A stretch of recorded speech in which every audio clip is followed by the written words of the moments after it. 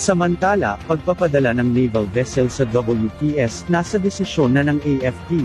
Ipinaubaya na ng Philippine Coast Guard sa Armed Forces of the Philippines at Department of National Defense kung magdedeploy ng mga warship sa West Philippine Sea. Pahayag ito ni Philippine Coast Guard for West Philippine Sea Commodore J. Tariela, sa gitna ng madalas na panghaharas ng China Coast Guard at Chinese militia sa mga barko ng PCG, Bureau of Fisheries and Aquatic Resources at mga Pilipinong mangingisda.